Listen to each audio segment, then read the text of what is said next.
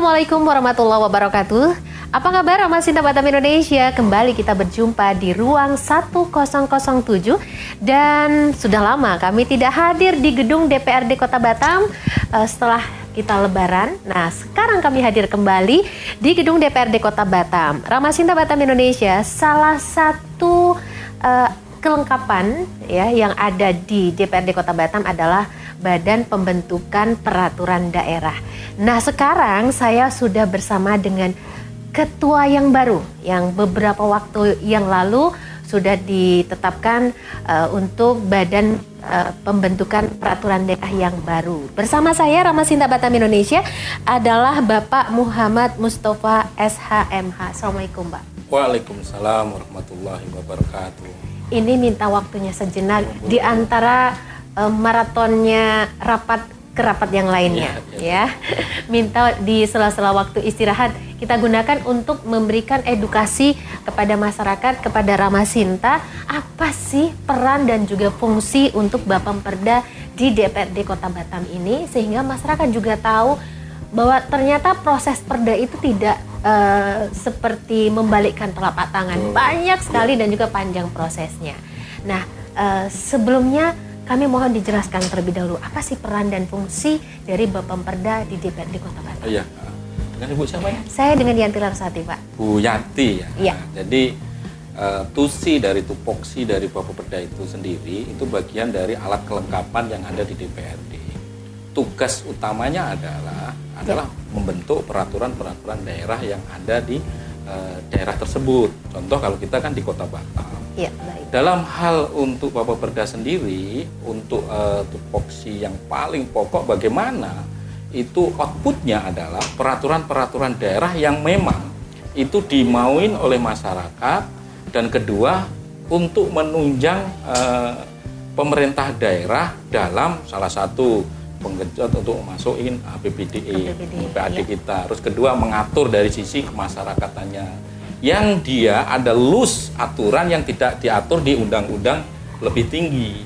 Karena struktur undang-undang ini kan setelah ada undang-undang itu ada peraturan pemerintah. Setelah peraturan pemerintah itu ada yang namanya peraturan menteri. Nah, di bawahnya ini peraturan gubernur lagi, wali kota lah. Ada ke perda lah. Bapemperda sendiri sebenarnya tidak melulu itu hanya mengurusi pada peraturan-peraturan yang outputnya dari Bapemperda, tapi kami juga punya tusi untuk selalu mengevaluasi peraturan-peraturan wali kota yang dikeluarkan wali kota. Oh, jadi itu juga masuk itu dalam juga bisa masuk sebagai ya? Fungsi kita untuk kontrol dalam sisi legislasi. Jadi tidak boleh wali kota juga mengeluarkan semaunya sendiri. Kita pun juga bisa mengoreksi. Andaikan dalam proses pengoreksian itu ditemukan hal-hal yang janggal, apa nanti langkah apa yang bisa dilakukan oleh Bapemperda? Kita panggil dari bagian hukum dari Pemko untuk menanyakan hal-hal yang tersebut. Kalaupun ternyata tidak ditemukan bahwa tidak bisa untuk berargumen tentang itu kenapa ini sampai keluar, maka kita akan minta lebih tinggi untuk sebuah masukan, contoh dari bagian hukum provinsi, dari instansi vertikal kayak kejaksaan untuk mendapatkan fatwa-fatwa bahwa oh ini tidak bisa. Contoh yang saat ini Bapemperda lakukan adalah tentang perwako mengenai jaminan kesehatan. Sekarang yang Mbak Ibu ketahui, kesehatan itu di perwako itu kan dari 2 rumah sakit, yaitu RSUD dan RSBP, kan ada tambah 3 lagi rumah sakit yang dia bisa di cover pakai jam keseda. Oh, baik. Yaitu contoh kayak Elizabeth, terus ada 2 rakyat Budi Kemuliaan, sama satu lagi Sudarsono.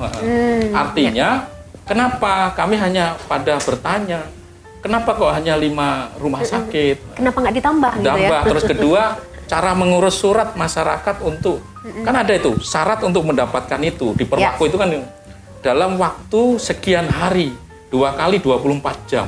Mampu nggak masyarakat mengurus surat itu? Sedangkan kita tahu birokrasi itu betapa panjang. Belum nanti ketemu lurahnya susah, belum nanti ke dinsosnya. Maka batasan itu yang kemarin kita coba Bapemperda mengevaluasi kenapa nggak dibikin 2 atau 4 hari gitu. Di perwako tersebut itu kalau nggak salah dibikin hanya 2 kali 24 jam. Kalau nggak salah nanti kita baca ini. Nah, bagi kami waktu itu kurang. Ya. Nah, akhirnya Bapeda melakukan yang namanya evaluasi itu. Alhamdulillah kayaknya kemarin juga disepakati antara waktu itu dan penambahan-penambahan. Artinya kalaupun pemerintah punya program, tentu pemerintah juga harus menambah infrastruktur yang dimaksud, mempermudah mengakses. Ya. Jangan program itu seolah-olah program itu bagus, tapi kalau susah diakses kan susah. Baik, Seperti baik, itu, Mbak. baik. Artinya perjuangannya berhasil ya?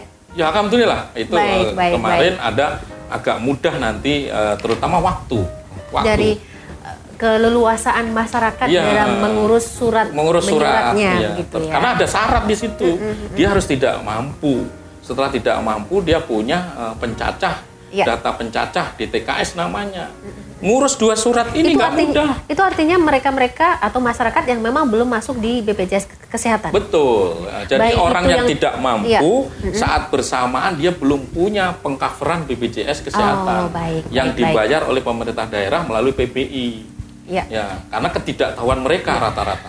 Artinya sebenarnya peraturan itu masih berlaku sampai sekarang. Masih. Karena begitu BPJS Kesehatan meluas di tengah-tengah masyarakat oleh pemerintah Republik Indonesia, kita melupakan perda ini atau melupakan bahwa ini masih ada. Ya, alhamdulillah ini menjadi pencerahan bagi masyarakat Kota Batam bahwa aturan ini masih ada, keberpihakan ini masih ada begitu ya. Oke, baik. Lalu kita beralih karena salah satu fungsi dari DPRD Kota Batam ini adalah untuk legislasi. Nah, inilah salah satunya dalam Pemperda. Nah, untuk saat ini Pak 2022 ada berapa rencana perda yang akan dibahas di tahun ini? Ya, jadi rencana di semester 1 sampai semester 2 itu kita ada rencana 16 perda usulan. Ya. Ada sebagian itu usulan dari DPRD, sebagian dari usulan dari pemerintah kota. Baik. Dari 16 ini, dari semester pertama sampai sekarang, itu kita udah selesai, ada beberapa berproses. Yang berproses itu ada sekitar 3 atau 4 perda, yang belum selesai itu sisanya, yang sudah selesai itu sekitar 2-3 perda. 3 perda yang selesai. Terus kedua, ada perda-perda yang sifatnya peraturan daerah, revisi, mendadak. Dan itu menjadi prioritas, kadang itu kita kerjakan dulu. Apakah ada aturan khusus atau aturan yang membolehkan? Gitu. Aturan yang membolehkan tentu ada selama disepakati dua belah pihak dan itu diparipurnakan. Karena prioritas, kenapa menjadi prioritas? Karena ada hubungan dengan operasional dengan pemerintah kota. Contoh untuk menaikkan APBD kita, PAD kita. Dari sisi pendapatan asli daerahnya. Ya. Rata-rata seperti itu. Ini menarik, Pak. Karena gimana pun roda kita berjalan ya di pemerintah Kota Batam ini, kalau perda kita aman dan sejahtera gitu ya.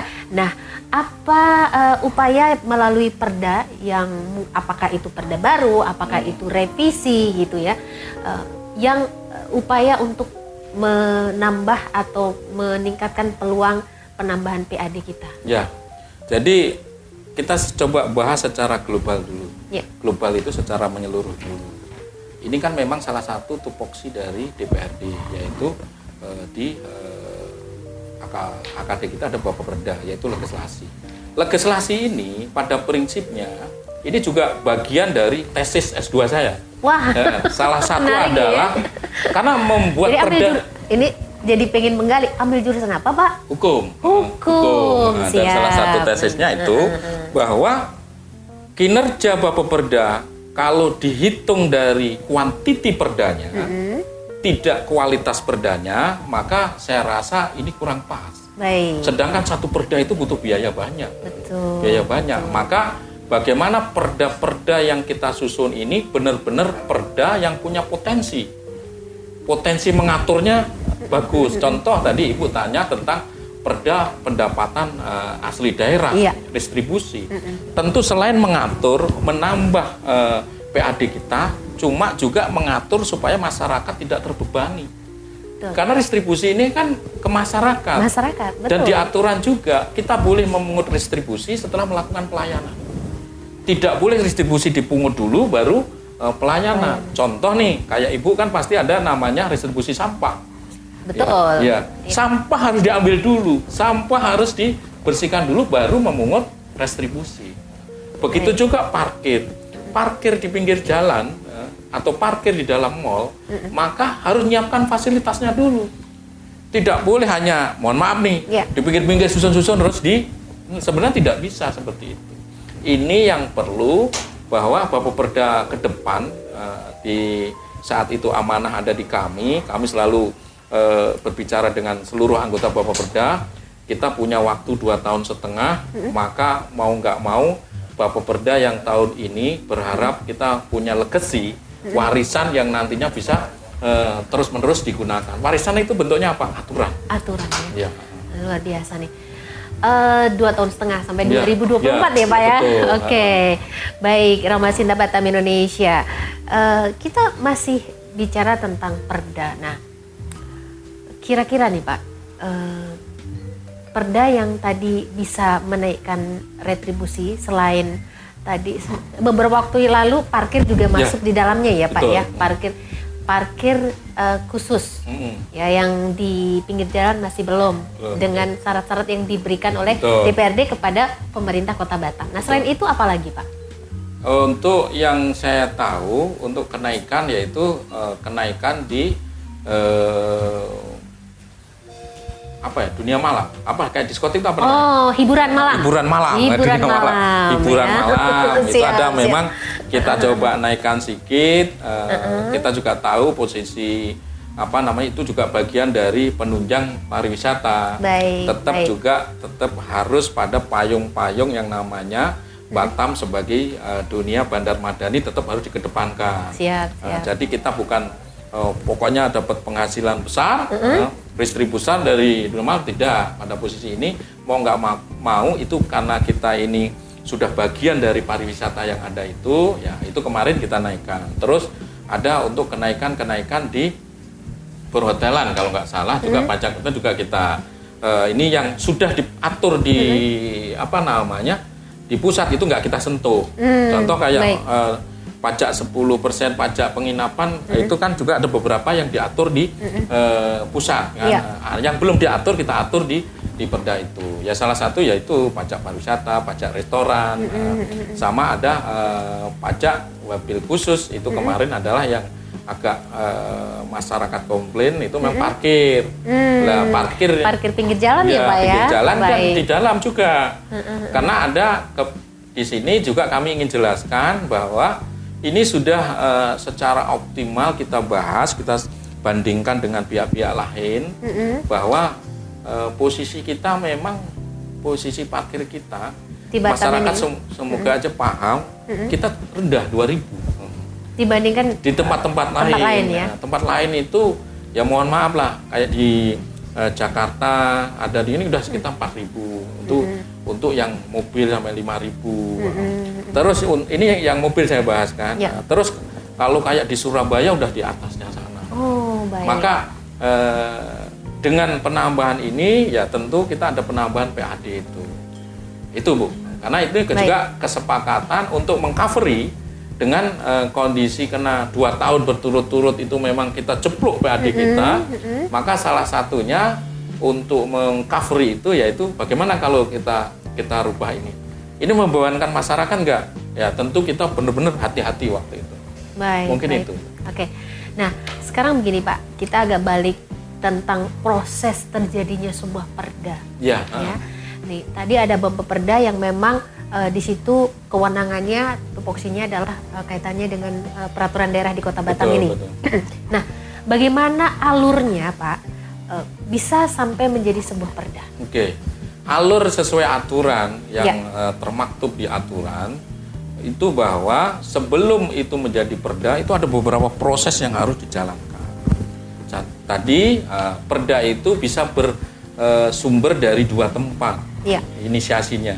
Ada inisiasi dari pemerintah kota, ada inisiasi dari DPRD sendiri.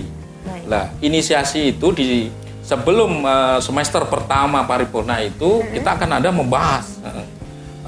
Kita akan minta dari Pemko apa aja perda yang akan rencana dalam 1 tahun itu yang mau akan diluncurkan. Itu biasanya di bulan apa, Pak? Itu kira-kira di semester pertama itu di bulan-bulan Juli. Juli baik. sebelum pembahasan APBD. Karena ini kan mau kayak APBD. Iya. Betul, Jadi betul. kira-kira itu berapa total perda yang akan diusulkan. Ini juga linear dengan anggaran yang akan dia butuhkan. Itu Iya. mulai disusun. Ya nih, bulan-bulan nih. Baik. Juli itu mulai dia akan Baik, disusun baik. untuk masalah anggarannya lah. Dari 2 tempat ini, maka digabunglah di Bapemperda, dilakukan pembahasan. Mana usulan dari pemerintah kota, mana usulan dari DPRD. Setelah itu dibahas, ada perwakilan itu, disepakati, disusun 1 sampai ini berapa. Baik. Setelah itu disepakati, maka akan runut. Semester pertama mana yang akan kita kerjakan. Nah, sebelum kita kerjakan, itu tentu akan kita paripurnakan dulu. Baik. Jadi setiap fraksi itu akan di paripurna itu akan menyampaikan pandangan dulu baik. tentang aturan yang rencana yang akan kita rencana peraturan daerah yang akan kita bahas. Sama-sama sepakat, maka dibentuklah pansus. Baik. Panitia khusus, dan itu sesuai kalau di DPRD itu Kota Batam itu sesuai dengan tatib kita, itu memang berdasarkan kursi perwakilan. Oh, ada hitungannya ya, Pak ya? Rumusnya Iya, ada. rumusnya ada. Baik, baik. Fraksi A harus ngirim berapa anggota ini lah. Iya, disitulah akan membahas betul yang namanya rancangan peraturan daerah itu pasal per pasal. Tapi Bapemperda masih tetap berperan di situ ya? Tidak, kita hanya supervisi aja. Oh, supervisi. Baik. Lihat aja seperti apa, kan sudah selesai. Kita fokus kita adalah pertama adalah daftar urutan prioritasnya dulu. Oh, baik. Daftar urutan prioritas dulu. Kalau di pansus nggak selesai, itu akan balik ke Bapemperda. Oh, Salah baik. satu adalah perda mengenai kampung tua. Wah, Iya. itu alat juga ya, Pak ya? Alat pansusnya udah selesai, perdanya nggak selesai. Oh, baik. Akhirnya baik. balik ke Bapemperda. Bapemperda punya opsi tetap melanjutkan itu. Kalau membentuk pansus dengan perda yang sama nggak bisa. Oh. Jadi bagaimana nasib perda kampung tua? Bapemperda yang akan mensinkronkan dengan pihak Pemko. Pemerintah Kota Batam. Jadi Bapemperda langsung mensinkronisasi dengan pihak hukum, bagian hukum dengan Pemko Batam. Nanti seperti apa? Mana sih kemarin kendalanya? Kendalanya ini nanti kita sepakati. Kalaupun memang bisa dipangkas. Masalahnya di mana lah? Di situ juga bisa. Itu nanti tetap bisa diketok atau Bisa. bagaimana? Masih bisa ya? Masih bisa. Itu Tidak ada ruang untuk memetik kemaskan itu. Oh, baik. Nah, masih bisa karena di Bapemperda akan bisa mensinkronkan, kan sudah selesai. Masalahnya memang ada beberapa pasal yang memang pada posisi satu Masih tarik ulur? tarik ulur, Baik. kedua ada tabrakan ke undang-undang lebih tinggi Oh, setelah iya. undang-undang Omnibus Law keluar. Karena pansus Iya, itu iya, dibentuk sebelum undang-undang Omnibus Law diketok. diketok. Lah, Baik. dari 11 kloster itu ada satu kloster yang memang di situ di undang-undang Omnibus Law mengatur tentang agraria. Oh, baik. Nah, itu problemnya kemarin. Artinya biar masyarakat tahu, ini bahas nggak selesai-selesai. Iya. Ternyata karena ada aturan baru Betul. yang lebih tinggi yang nggak bisa tertabrak. Betul. Begitu ya. Baik. Mudah-mudahan Pak nanti Iya. tentang kampung tua ini bisa terselesaikan. Insya Allah, ya. Kemudian juga keperpihakan kepada masyarakat kita yang ada di kampung tua Siap. bisa terwujudkan begitu. Nah, kemudian kita sedikit ini Pak. Biasanya nih Pak, ini rutinitas bisik-bisik aja kita ya. Apa itu bisik-bisik tetangga itu? Jadi kalau di DPRD itu Kak, kalau membahas perda itu biasanya di jam kerja toh sebenarnya bisa sampai larut malam atau dini hari, pernah nggak sih Pak kejadian Ya. gitu? Jadi ada beberapa peraturan daerah, ya tentu selayaknya pembahasan pansus. Pansus ini kan panitia khusus yang fokus untuk membahas perancangan peraturan daerah itu. Maka tidak ada waktu khusus sebenarnya. Tapi pada posisi ini, ya tentu kita dibatasi waktu. Di juknis kita, di tatib kita, untuk pembahasan satu rancangan peraturan daerah itu, kita dikasih waktu 60 hari. Baik. Ya 60 hari. 60 hari kalau nggak salah. Nanti saya takut salah. Iya, siap. Tapi batasannya ada. Baik. Batasan waktunya 60 hari. Lah, boleh diperpanjang itu juga sampai 30 hari. Artinya kalau dalam waktu yang sudah diberikan sesuai aturan yang ada itu nggak selesai, itu akan kembali ke Bappeperda. Oh, baik. Kemudian sebenarnya kalau secara aturannya Bappeperda itu apakah ada aturan bahwa setiap tahun harus menghasilkan sekian perda atau setiap tahun minimal sekian perda seperti itu? Tidak ada aturan secara pasti, tapi ini bagian dari tupoksi DPRD sendiri. Dalam hal ini yang sering kita agak rancu dalam mengukur kinerja DPRD ini. Selain juga ada pengawasan, terus budgeting, yaitu penganggaran, dan salah satu adalah legislasi. Baik. Nah, legislasi ini kalau diukur dari jumlah perda, maka tentu kinerja DPRD itu akan terjadi yang namanya perda-perda setelah disahkan itu tidak berjalan. Maka kalau rata-rata nih ya, rata-rata itu 5 sampai 7 perda ini output yang disahkan di DPRD Kota Batam. Nah, selain juga ada evaluasi yang lain. Karena ada satu perda itu kan ada batasan perda itu, contoh tadi dengan berkembangnya zaman, distribusi ini kan pasti akan berubah. Ya. Maka di perda itu pasti di salah satu pasalnya mengatur jangka waktunya untuk kapan mau direvisi. Itu pasti ada. Mau direvisi atau tidak, pasti jangka waktunya ada. Jadi secara aturannya memang kita contohkan misalnya perda ini ya lampu jalan misalnya. Nah, ini adakah prioritas ke depan ini, Pak? Perda apa yang akan menjadi prioritas Bappeperda untuk dipansuskan? Ya, kalau data yang kami punya hari ini per semester 2 ini, kita sebenarnya punya 18. Nah, hari ini yang mau kita sudah lagi berjalan ini. Lagi berjalan itu adalah salah satu adalah Perda Kota nomor 3 tahun 2015 tentang pokok pengelolaan keuangan daerah. Nah, ini nanti untuk mitra kerja pembahasan pansus itu di BPKD, Badan Keuangan Pemerintah Daerah. Ini yang lagi berjalan, pansusnya lagi berjalan. Kalau ngomongin angka-angka pasti ruwet ya, Pak ya? Ruwet, yang jelas tapi kalau berbicara keuangan kita patok di APBD kita berapa. Siap. Kan di APBD itu kan distribusinya jelas kemana aja. Terus ada yang lagi berjalan juga yaitu pansus BUMD. BUMD. Oke, ini kapan Pak kira-kira Pak? Ini sebenarnya sudah waktunya sudah hampir habis, kemarin diperpanjang karena salah satu adalah contoh begini. Di BUMD kita ada 2, ada namanya investasi untuk ada yang namanya penyertaan modal. Ada penyertaan modal, contoh kita kayak Pemko Batam ada menyertakan modal 50 miliar ke Bank Riau. Di rancangan peraturan daerah tentang BUMD ini mereka minta tambahan dari 50 ini menjadi 100 untuk penyertaan modal di Bank Riau Kepri karena dari asumsi Batam? Atau untuk secara keseluruhan. Kenapa? Kita kalau BUMD, pansus BUMD dan penyertaan modal ini kita berpikir tentang margin benefit yang kita dapat. Iya, betul. Nah, penyertaan modal di Bank Riau ternyata bagus, mendatangkan hasil. Tapi ada perusahaan yang dibentuk oleh pemerintah daerah, itu sudah pakai pembiayaan APBD tapi nggak jalan. Contoh PT Pelabuhan Batam, itu kan kita punya BUMD punya kita. Baik. Setelah kita kasih modal sampai sekarang nggak bergerak. Udah sih Pak kira-kira permasalahannya ada nggak dalam pembahasan itu mengulik tentang kenapa BUMD kita ini tidak berkembang? Iya, ada beberapa yang memang perlu kita garis bawahi.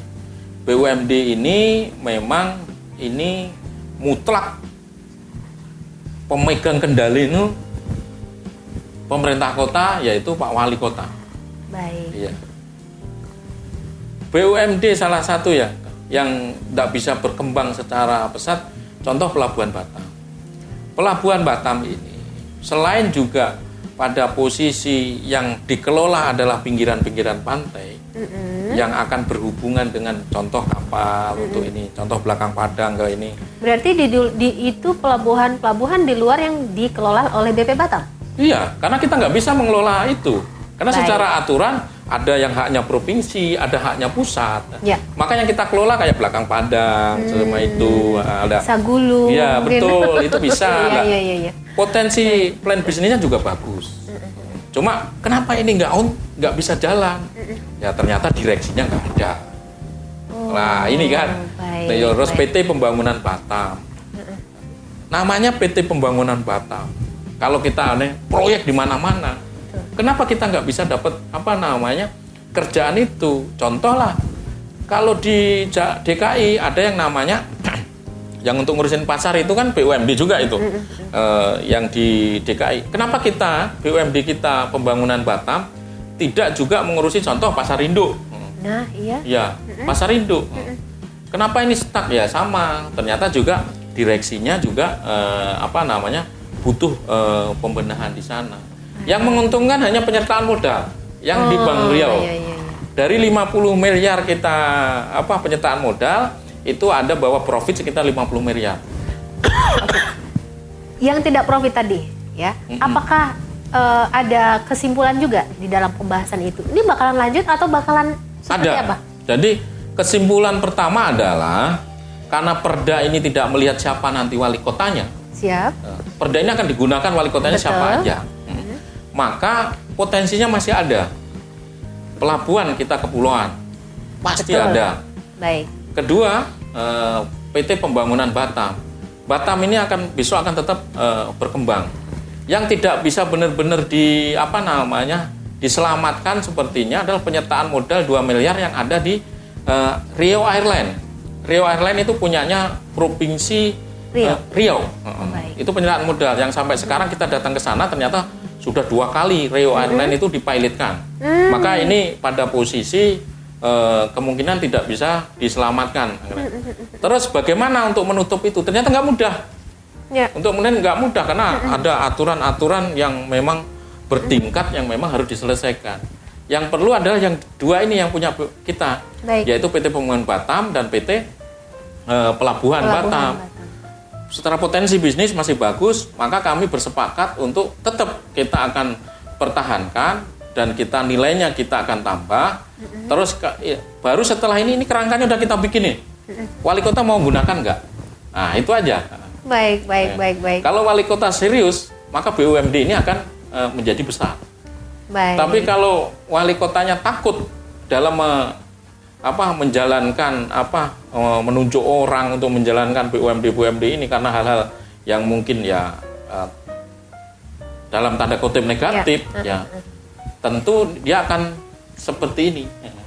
Baik. Maka posisi kita hanya bagaimana Perda ini tetap ada.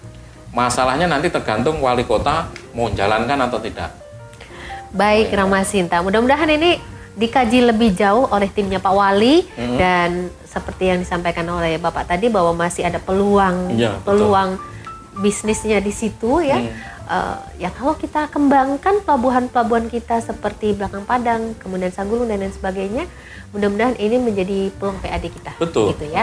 Oke, baik Ramasinta Batam Indonesia. Banyak nih yang tadi sudah kita bahas, tak terasa Pak obrolan kita ya. Udah jam berapa ini? Tapi boleh dong ya saya sedikit gitu ya. Kita agak rileks sedikit Pak, rileks sedikit. Tadi kan udah bicara angka, bicara APBD dan lain sebagainya. Saya penasaran nih. Dari ini nih tahun apakah tahun pertama, periode pertama atau sudah yang kedua? Saya di DPRD periode pertama. Periode pertama. Betul. Oke. Asing nggak sih Pak main politik tuh Pak? Tergantung. Wah, kenapa tertarik di dunia politik? Kalau kita menjiwai, tentunya kita akan pada posisi menyenangi kerjaan ini.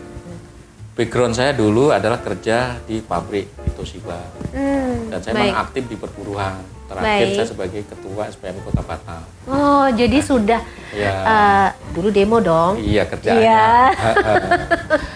Oke, loh kalau sudah begini kan saya jadi banyak nih yang ide saya yang ingin ditanyakan. sudah memperjuangkan nasib buruh belum? Insya Allah ini ada beberapa program yang kita jalankan. Sebelum saya masuk, seluruh THL di Kota Batam ini tidak pernah itu yang mendapatkan contoh BPJS Ketenagakerjaan, BPJS Kesehatan. Mereka terkungkung dalam satu aturan ASN katanya. Saat kita masuk, kita coba diskusikan, komunikasikan. Buat apa ada undang-undang DJSN, jaminan sosial untuk seluruh masyarakat? Ternyata pekerja Pemko Batam tidak bisa menerima itu. Jadi waktu itu ada perdebatan panjang. Jadi para honorer pada saat itu tidak ada, BPJS Ketenagakerjaan tidak ada, BPJS Kesehatan juga paling baru di tahun 2020 mereka itu dapat. Adapun mereka ikut itu secara mandiri. Loh, kita ini terbalik-balik. Di swasta kalau tidak melakukan itu pidana, saya bilang. Wah, itu Pak. Nah, ini betul. pekerjanya pemerintah kota, ini kok nggak dimasukkan itu. Lah, diskusi itu alhamdulillah. Pak Wali juga ternyata care, open itu dianggarkan, maka per 2020 kalau nggak salah ini 20 seluruh THL yang ada di Kota Batam yang jumlahnya 6.000 itu langsung masuk di BPJS Kesehatan. Berikutnya saya kejar untuk masuk di BPJS Ketenagakerjaan. Ini kan berbeda. Kalau Ketenagakerjaan itu hanya 3 program. Jaminan kecelakaan kerja, jaminan kematian, sama jaminan hari tua. Jaminan hari tua. Dari usulan yang kita usulkan hanya diakomodir 2, yaitu jaminan kecelakaan kerja dan jaminan kematian. JHT-nya belum. Kenapa? Cantolan hukumnya belum ada. Maka ini juga lagi kita cari nih cantolan hukumnya.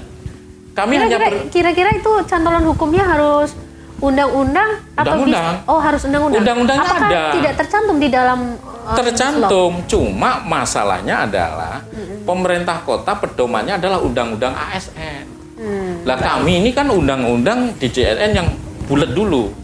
Lah inilah dari hal itu kenapa kami juga bisa menyampaikan itu, tentu pengalaman saat kami menjadi salah satu teman-teman di pergerakan buruh. Kita kan tahu nih aturan tentang pekerja yang dia lebih dari 10 orang, maka wajib pemberi kerja mendaftarkan mereka ke BPJS Ketenagakerjaan dan BPJS Kesehatan. Kalau tidak mendaftarkan, maka sesuai pasal sekian mereka kena pidana. Kan seperti itu. Baik. Di pemerintah kita sendiri 6.007, saya masuk belum. Ini yang kemarin program pertanda. Ini juga mumpung saya di sini, saya ada satu program lagi. Namanya adalah pengcoveran untuk pekerja-pekerja rentan.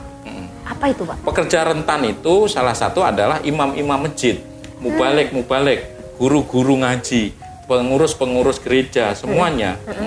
Itu kan selama ini mendapatkan insentif dari pemerintah daerah per bulan 500. Insentif untuk tapi pemerintah lupa bahwa saat mereka melakukan pergerakan untuk melakukan tugasnya sebagai pendakwah, tugasnya sebagai guru-guru, kadang ada hal-hal yang mungkin terjadi sama mereka. Maka kenapa kita tidak mengalokasikan untuk pekerja rentan itu juga sama? Kasih 2 program mereka, jaminan kecelakaan sama jaminan kematian.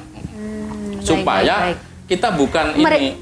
Beliau-beliau ini baik itu yang tadi di masjid atau di gereja belum terdaftar rata-rata? Belum. Baik. Artinya kan memang program itu belum ada.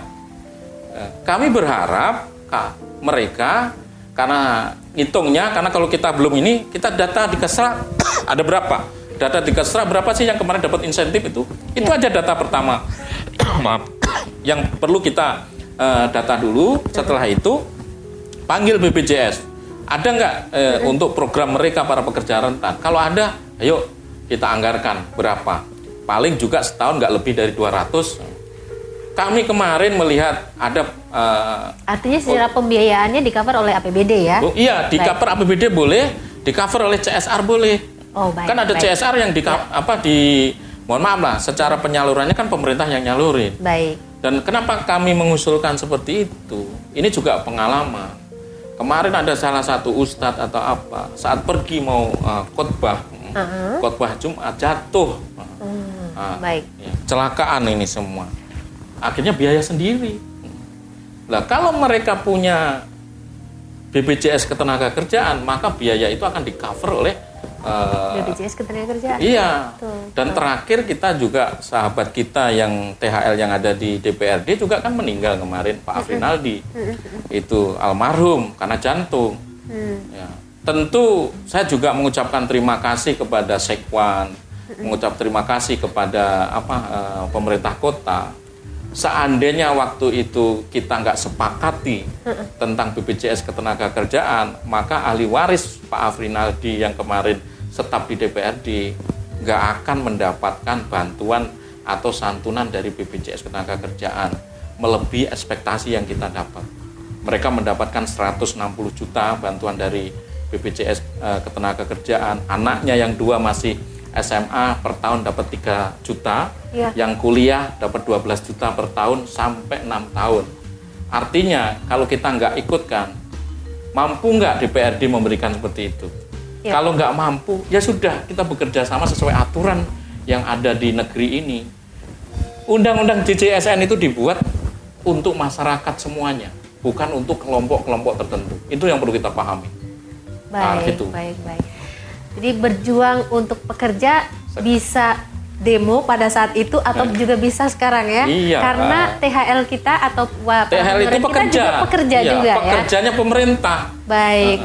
Yang belum selesai nih masalah UMK mereka. Yang nggak pernah demo ya Pak ya? Iya. baik. Rahmat Sinta Batam Indonesia. Makin seru perbincangan kita pada kali ini. Nah, kemudian Pak, pernah nggak Bapak merasa letih memperjuangkan kepentingan masyarakat? Karena kan sidang tuh kadang-kadang bisa sampai berlarut-larut, bisa juga harus energi kita, pemikiran kita fokus dan lain sebagainya. Apa yang terberat saat menjadi seorang anggota DPRD? Yang paling terberat itu adalah ekspektasi masyarakat tentang keberadaan kita terlalu tinggi. Jadi bukan karena capek dan lelah gitu kan ya? Siap. Jadi masyarakat juga harus memahami bahwa DPRD itu bukan super power. Baik. Dia hanya pada posisi tupoksinya hanya 3, yaitu legislasi, pengawasan, sama penganggaran. Dan tidak semua masalah bisa diselesaikan oleh anggota dewan. Ini yang paling berat itu. Ini ya, baik. Memberikan pengertian apalagi kepada konstituen. Iya, betul. Bapak di dapil mana? Saya di dapil di Sungai Beduk. Sungai Beduk berarti Nongsa. Iya, Nongsa, Sungai Beduk. Galang. Iya. Ini yang sering kami hadapi adalah bahwa ya memang suka nggak suka ini bagian dari konsekuensi kita sebagai pejabat daerah. Iya. Ya, artinya ada keluhan-keluhan masyarakat di luar kemampuan kita.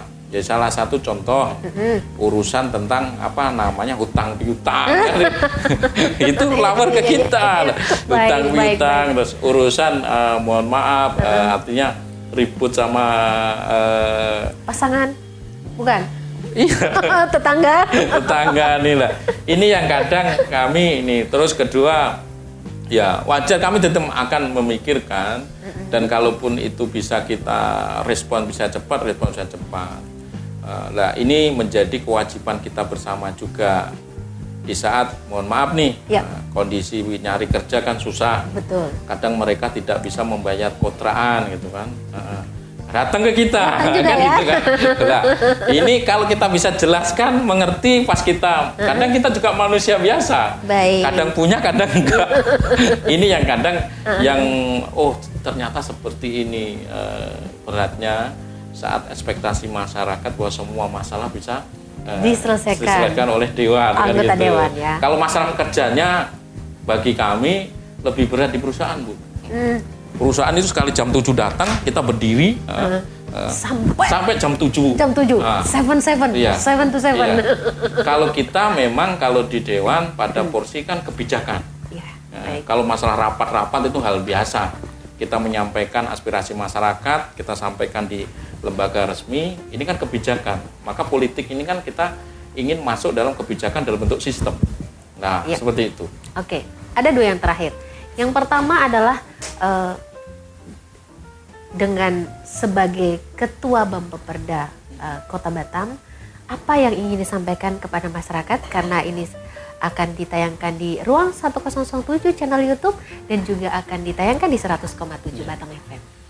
Jadi begini, untuk masyarakat Kota Batam, tentu kami bagian dari salah satu 50 orang yang mewakili 1,3 juta penduduk di Kota Batam. Baik. Tentu tidak semua orang mendapatkan kesempatan untuk menduduki apa yang kami sekarang duduki. Tentunya kami punya motivasi dengan waktu yang terbatas. Nah, kita ini kan ibarat pekerja outsourcing.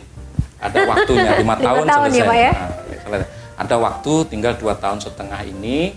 Ternyata saya mendapat amanah untuk menjadi ketua Bapperda. Tentu kami ingin meninggalkan sebuah legacy, warisan yang bentuknya peraturan.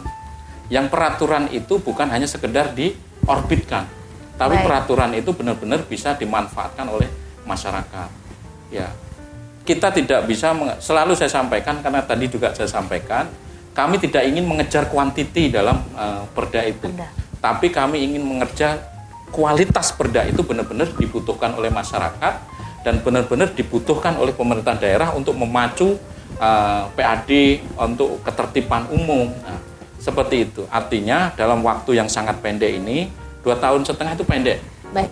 Paling masa kerja kita paling tinggal 1 tahun sampai 2 tahun. Ya. Nah, dengan kondisi ini, amanah saya sebagai ketua tentunya ini juga kita akan semangatkan ke anggota bahwa kita harus punya legacy, warisan yang nanti kita tinggalkan kepada penerus kita. Siapapun nanti yang duduk, itu bisa meneruskan legacy itu. Karena kita tidak tahu 2,5 tahun, kalau Allah menakdirkan lanjut. Kalau Allah udah cukup kau mus, ya sudah selesai. Seperti itu. Dari situ. Nah, sebenarnya nih, ini pertanyaan terakhir. Tips apa dari Bapak bagi pemula yang akan berjuang di tahun 2024 nanti, kemudian juga barangkali mau menyapa konstituennya? Ya, jadi tip yang paling bagi pemula untuk nantinya ingin berkompetisi di 2024, pertama adalah ikhlaskan waktu dulu. Walaupun suka nggak suka ada praktek-praktek pragmatis di politik itu. Nah, luruskan niat dulu. Untuk apa? Nah, karena ekspektasi yang bagi pemula itu akan tahu ekspektasi itu akan menjadi pas saat sudah duduk. Baik, ya, baik. Ternyata apa yang kita ini keputusan-keputusan itu selalu kolektif kolegial. Beda kalau wali kota bisa mutusin sendiri. Nah, tapi kalau kita, terus untuk konstituen kami sendiri yang selama ini, terutama teman-teman buruh, bahwasanya sampai hari ini kami juga masih konsisten untuk selalu mendampingi khususnya para kawan-kawan saya yang di perburuan. Dan saat itu ada masalah sampai hari ini, karena kami juga sebagai wakil mereka yang duduk di sini, selalu kami dampingi dari proses-proses dari pelaporan dari Disnaker. Makanya saya hari ini juga masih di Komisi 4, khusus yang untuk perburuan. Ya. Jadi kami mohon maaf tentunya kalau sudah 2 tahun menjabat ini belum ada sesuai harapan yang ada. Dan setelah 2 tahun ini juga kami juga mengetahui, oh ternyata ada problem yang problematika di saat sebuah keputusan itu harus diambil secara kolektif kolegial. Karena kita usulan sendiri itu akan mentah di sini kalau tidak disetujui oleh seluruh anggota. Nah, ini aja pesannya. Terus ke depan tentunya kita ingin melakukan hal-hal yang mana itu bisa dilakukan kita sebagai anggota dewan, wakil dari Dapil Sungai Beduk, Nongsa, tentu itu tidak bisa dihindari, karena kami terpilih di sana. Tapi kalau bicara tupoksi kita sebagai Bapperda, ya tadi kami ingin meninggalkan legasi dalam sisi aturan yang nantinya menjadi pijakan untuk penerus-penerus kita yang masuk di sini. Siapapun itu, karena kita juga jabatan ini akan terus berganti. Kita ini kalau bekerja di swasta ini ibarat outsourcing. Jadi jangan kaget kalau nanti ganti. Jangan nanti Pak? Apa itu Bu? Sindrom powernya? Sindrom power, betul itu. ya. Nanti stroke pula gara-gara sindrom power itu. Terus jangan menghalalkan segala cara. Artinya berjuang itu siap dengan segala Betul, kemungkinan iya, ya. betul. Baik. Terima kasih banyak Bapak Muhammad Mustafa SHMH, Ketua Bumper Perda untuk DPRD Kota Batam. Sudah banyak yang kita gali untuk hari ini. Mudah-mudahan menjadi satu edukasi dan juga pencerahan kepada masyarakat Kota Batam. Dan insya Allah mudah-mudahan di lain kesempatan kita bisa menyapa lagi Ramasinta. Baik, Ramasinta Batam Indonesia, Bapak dari Partai Keadilan Sejahtera. Baik, iya. Ramasinta Batam Indonesia, terima kasih juga Anda yang sudah bersama kami di Ruang 1007 atau juga di 100,7 Batam FM. Nantikan bincang-bincang kami dari gedung DPRD Kota Batam. Kalau hari ini Bumper Perda, tunggu kami dari alat kelengkapan yang lainnya atau barangkali dengan pembahasan-pembahasan menarik yang saat ini sedang dilakukan di DPRD Kota Batam. Saya Yanti Larsati pamit. Wassalamualaikum warahmatullahi wabarakatuh. Waalaikumsalam warahmatullahi wabarakatuh. Makasih, Bu. Terima kasih.